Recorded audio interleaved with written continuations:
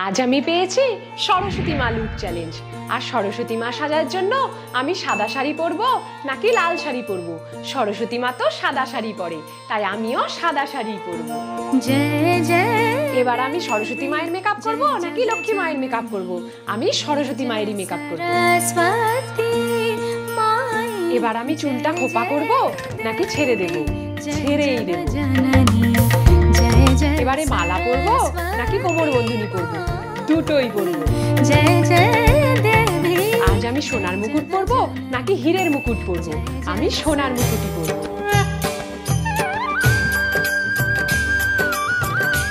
এবার আমি পদ্ম ফুল নেব নাকি গোলাপ ফুল নেব?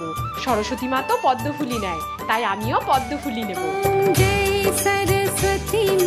সরস্বতী মা, এবার আমাকে পরীক্ষায় ফার্স্ট করিয়ে দাও।